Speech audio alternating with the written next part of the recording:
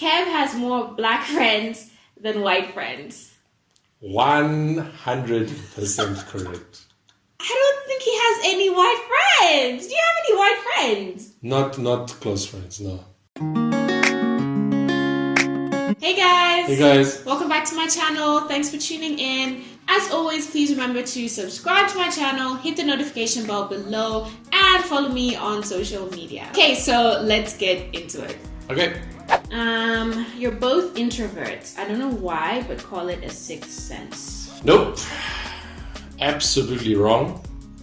I'm definitely not, or at least for me, I don't think you are either, but you answer for yourself. I'm definitely not an introvert.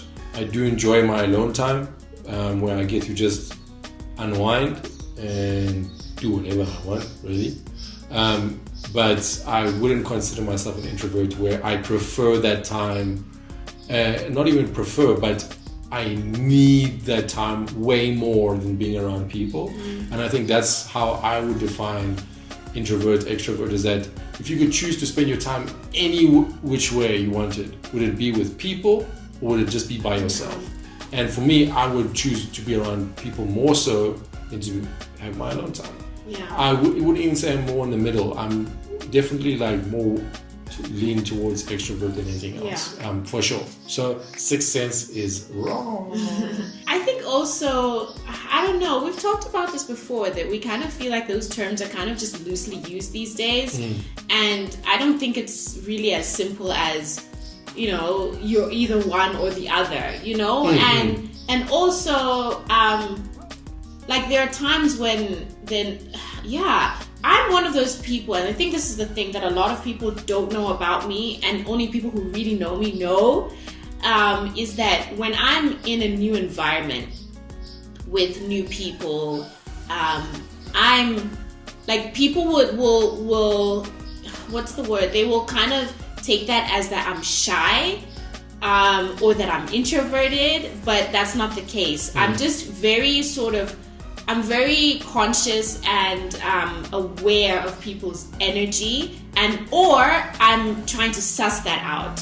So it's almost like me figuring out and, you know, like sort of like discerning what's going on, you know, who's who.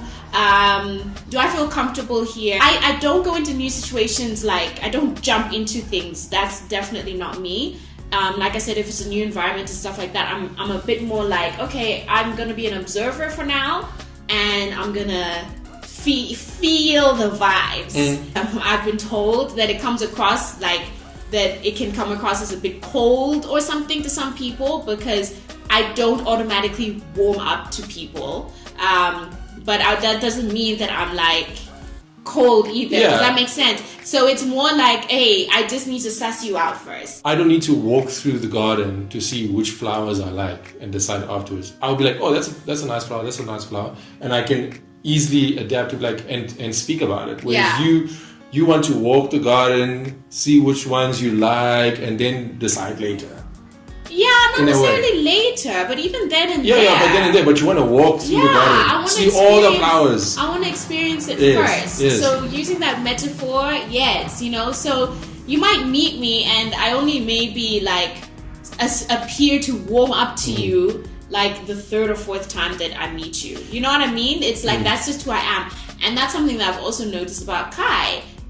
You know, at first, you know, we're like, oh, he's a bit shy, you know, when he meets new people. And then as I was just like, no, but I was like recognizing this in him that, you know, I'm the same. Like when he first meets you and stuff, it's very rare that he's going to be like, hi, you know. There are times when he's in that mood, and that's fine.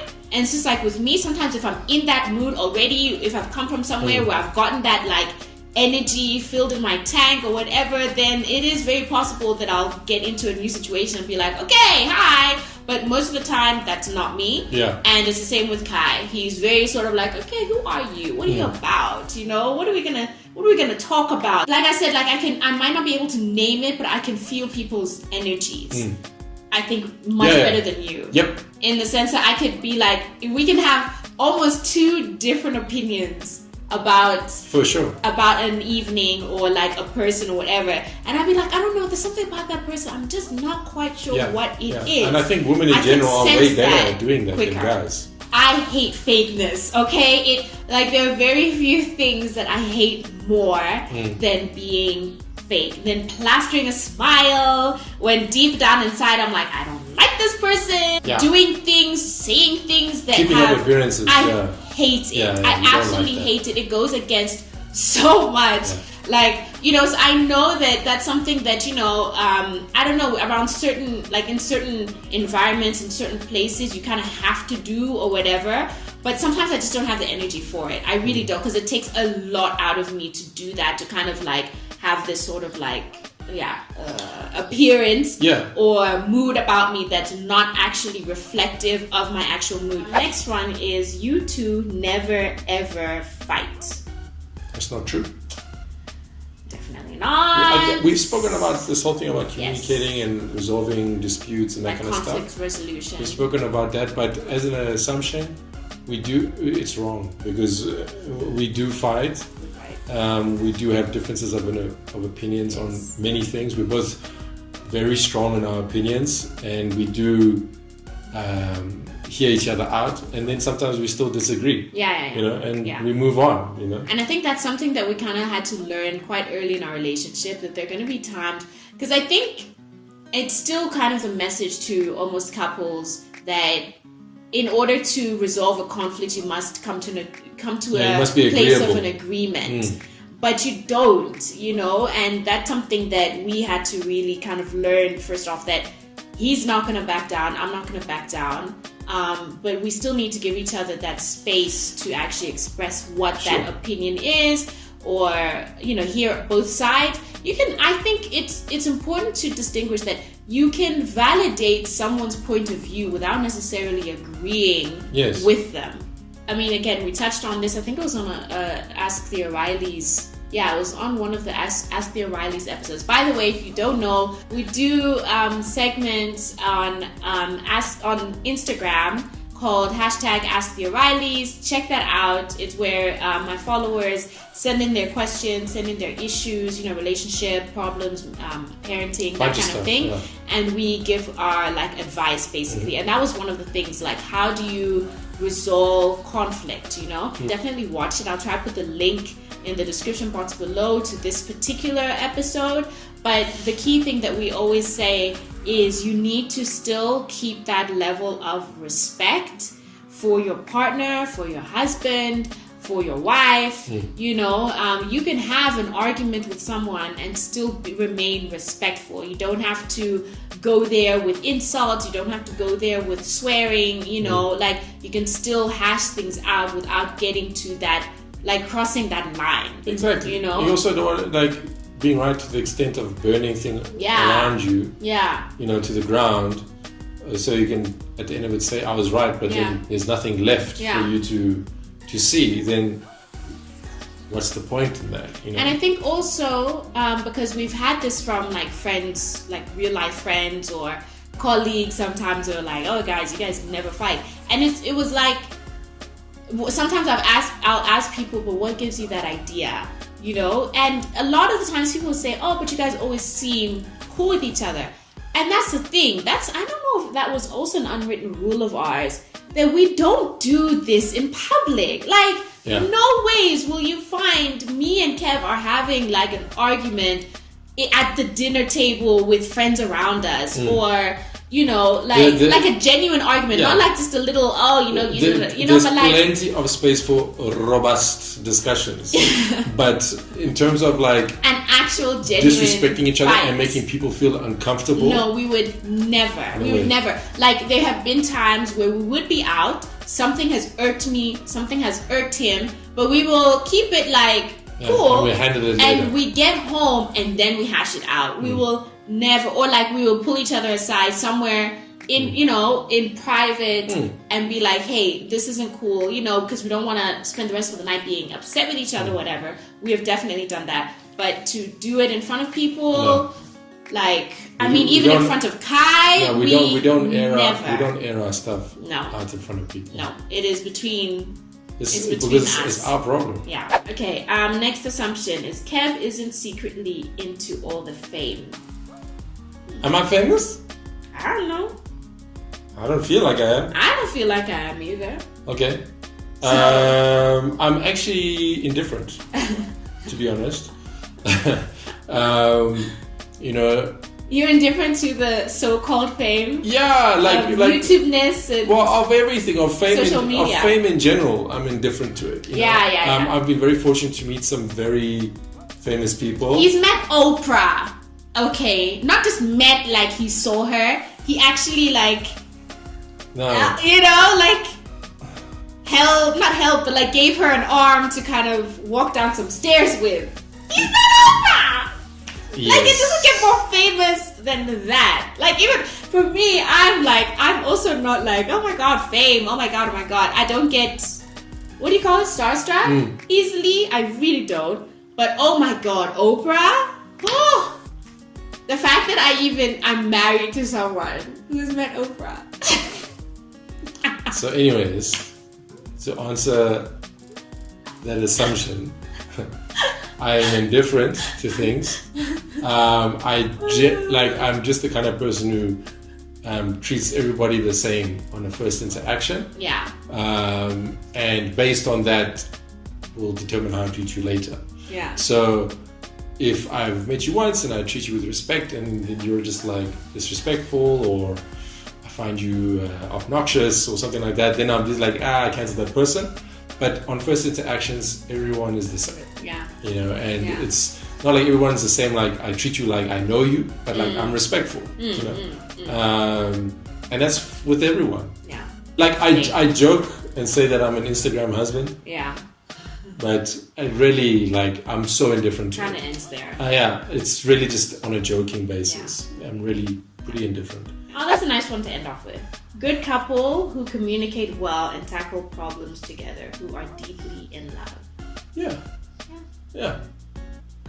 Pretty much. Look, at the end of the day, we are still constantly evolving as people, as individuals. So I'm not going to, there's one thing for sure is, I think a huge mistake that you can make is no matter how long you've been with someone, you should never sort of put your feet up and rest and be like, I know you, I'm good, it's like, it's constantly, evolving yourself, Sure. but also being conscious of that person's evolution as well, and how that dynamic kind of keeps, shifting. It shifts. Yeah, life is about growth. Yeah. And when you see, a tree sprouting, you're not like, okay, cool, it's done. It still has to adapt to weather. It still has to requires, some attention, some nutrition, some sun, some water, all those sorts of things for it to grow into that thing, right? You can't just be like, okay, cool, my job's done. It's sprouted, And relationships are about it, because life is testing, man. It affects people in different ways and in different degrees, and you have to be conscious of that in your partner. But I would say that we have a very good foundation. Yes. Very solid foundation, I would say. It's not a house of cards. Yeah.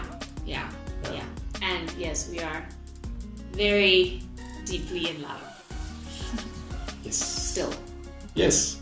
You go through phases of love, and I think especially that when we became parents, we really went through that storm of new parenthood and stuff like that, and came out on the other side. I definitely feel a deeper love for him, and I feel more deeply loved as well. And for lack of a better term, you have that almost superficial love where you know someone and you love them, and we went through that, of course, but then life happens and you see this person going through stuff. You're going through stuff with that person.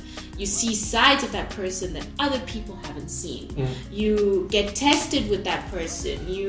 There's so many things that happen that kind of like makes you fall deeper and deeper in love, or in some circumstances gets you almost out of love, because you're like, hey, actually, I don't think this is for me anymore. And what I'm saying is yes, you have responsibility, you have loyalty, you have commitment in the fact that we are raising a family, but because we can do that, but not necessarily be in love. Yeah, no, I understand all of that. I get all of that. But, I think because love is an active thing, it's not a passive thing. Because of those things, it makes you at least try and actively love that person more. Because the deeper that feeling goes, the more you're able to weather the bad stuff in life.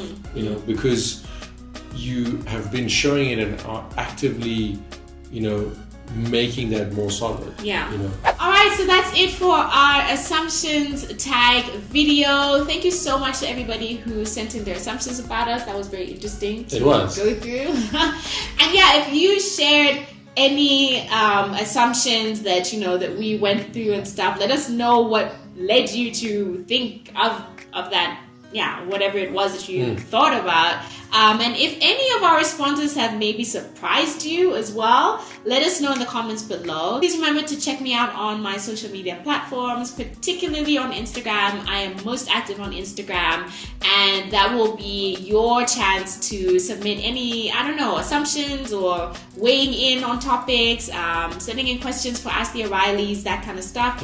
So do make sure to follow me on my Instagram and check out some other videos while you're here. Make sure to subscribe and push that like button if you like this video, and we will see you in the next one. Bye. Thanks for watching.